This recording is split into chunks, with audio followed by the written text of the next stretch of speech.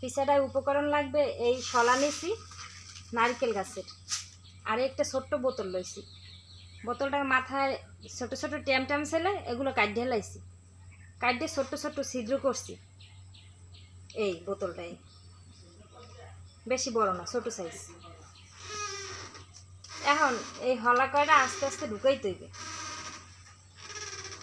এই বোতলের যে ছিদ্র এর মাঝখানে ঢুকাই তৈবে এরকম।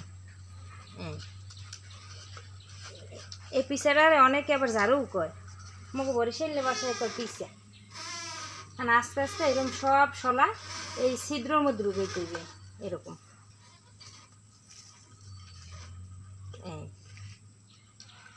এতে ঘর ঝাড়ু দেওয়া যাবে।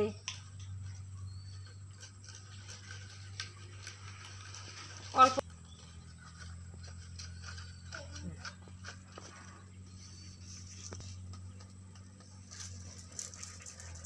বোতল দিয়ে বানাইলে ভালো হয়, কুরান কাসানে ভালো হয়।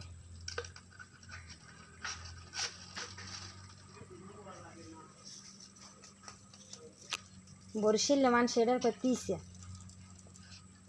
আবার অন্যান্য অঞ্চলের মানুষ এটার ঝাড়ু কয়।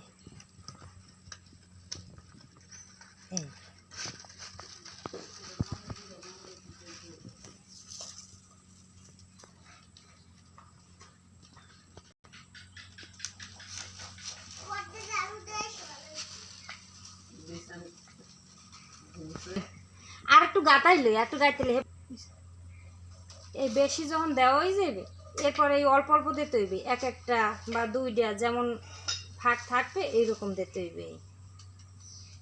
এ জায়গা 3-4টি একসাথে ঢুকান যাবে না, এই টাইট বানাইতে হইবে, নাইলে আবার এই হলা কয়টা খুললে পড়ে যাইবে। যত সময় টাইট নেওয়া হইবে অত সময় এরকম এই হলাগুলো এরকম করতে হইবে, নাইলে আবার হলাগুলো খুললে পড়ে যাইবে। যখন কুরন দিতে যাবো ওই সময় খুললে পড়ে যাইবে। আগে ব্যাত লাগবে, আগে পিছে বানতে ব্যাত দেয়া। এখন ব্যাত পাইবে কোথায় মানুষে? ব্যাত আছে, ছোট থাকতে কত ব্যাত ফল খাইতাম, ব্যাত গাছ ছেলে, ব্যাত গাছও নাই, বিলুপ্ত হয়ে গেছে। এরকম শলাগুলো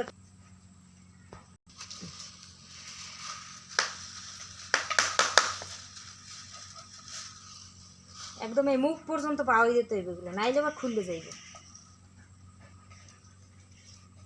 টাইট করে দে, আর না দিলেও হয়।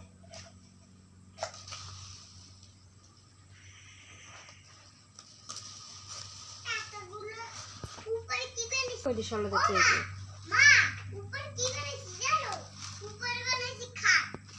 যত সময় শলা। এই পিসাটা কেমন হয়েছে অবশ্যই জানাবেন সবাই কমেন্টসে। আর কোন কোন অঞ্চলে এর নাম কি কি নামে ডাকে? আমাকে বরিশালের অঞ্চলে এটা পিসা ডাকে, পিসা পিসা কয়, এর নাম হয়েছে পিসা। আর অন্যান্য অঞ্চলে কি নাম কয় অবশ্যই কমেন্টসে জানাবেন।